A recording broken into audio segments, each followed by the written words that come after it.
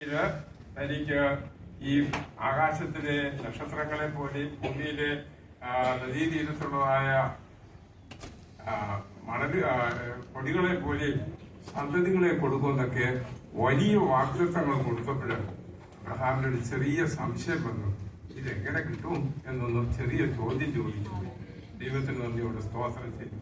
Abraham എന്ന് പറയുന്നത് ദൈവത്തിന്റെ വലിയ വിലപ്പെട്ട സ്നേഹിതനും എല്ലാം ആണെങ്കിൽ തന്നെയും അബ്രഹാം ഒരു ചെറിയ സംശയം ചോദിച്ചു. ദൈവം സംശയത്തിന് ഉത്തരവൊന്നും പെട്ടെന്ന് പറഞ്ഞില്ല. ഉടനെ തന്നെ ഒരു യാഗവസ്തുക്കളെ കൊണ്ടുവരാൻ പറഞ്ഞു. 3 വയസ്സുള്ള ആരാധനയ്ക്കുള്ളതെല്ലാം ദൈവത്തിന് വലിയ ക്രമങ്ങളുണ്ട്. 3 വയസ്സുള്ളതായ ഒരു പശുക്കുട്ടി, 3 വയസ്സുള്ള ഒരു കോലാട്ടിൻകുട്ടി, ഒരു ആട്ടിൻകുട്ടി, അതുപോലെ തന്നെ 2 പ്രാവുകൾ, ഒന്ന് ഒരു കുറുപ്രാവ്, മറ്റൊരു പ്രാവിൻകുട്ടി, ഇത്രയും കൊണ്ടുവരാൻ പറഞ്ഞു. ആ കൊണ്ടുവന്ന സമയം തന്നെ അബ്രഹാം അതിന്റെ തൊലിയൊക്കെ ഉരിച്ച് യാഗപീഠം പണിത് യാഗപീഠത്തിന്മേൽ വെച്ചു. യാഗപീഠത്തിന് വെച്ചെങ്കിൽ തന്നെയും ഈ പക്ഷികളെ പിളർന്നില്ല. പുസ്തകത്തിൽ നമ്മൾ വായിച്ചു, അതിന് പ്രമാണമുണ്ട്, പക്ഷികളെ എന്ത് ചെയ്യണം? പിളർക്കണം. ദൈവം മറ്റൊന്നും പറഞ്ഞില്ല. ദൈവത്തിന്റെ മുഖം പെട്ടെന്ന് ഇരുണ്ടതായിട്ട് വേണം ചിന്തിക്കാൻ വേണ്ടി.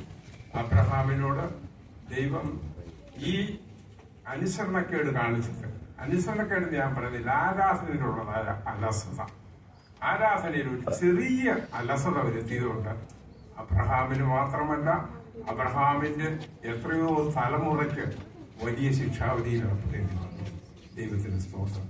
പ്രിയ ദൈവമക്കളെ, നാം ആരാധനയിൽ എങ്ങനെയിരിക്കുന്നു?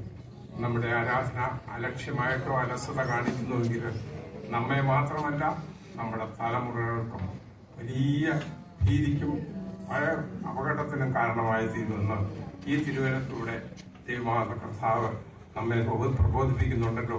നമ്മുടെ ആരാധന എങ്ങനെയിരിക്കുന്നു? വളരെ ശ്രദ്ധയോടും അലസത കൂടാതെ വളരെ ചിന്തിച്ച് ആരാധിക്കേണ്ടതായ നമ്മുടെ കർത്താവിനെ നമുക്ക് ആരാധിച്ച് മഹത്വപ്പെടുത്തി നമ്മുടെ ക്രിസ്തീയ ജീവിതം മുമ്പോട്ട് കൊണ്ടുപോകാൻ നമ്മേവരെയും കർത്താവ് സഹായിക്കട്ടെ എന്ന് പറഞ്ഞുകൊണ്ട് എന്റെ വാക്കുകളെ അവസാനിപ്പിക്കും.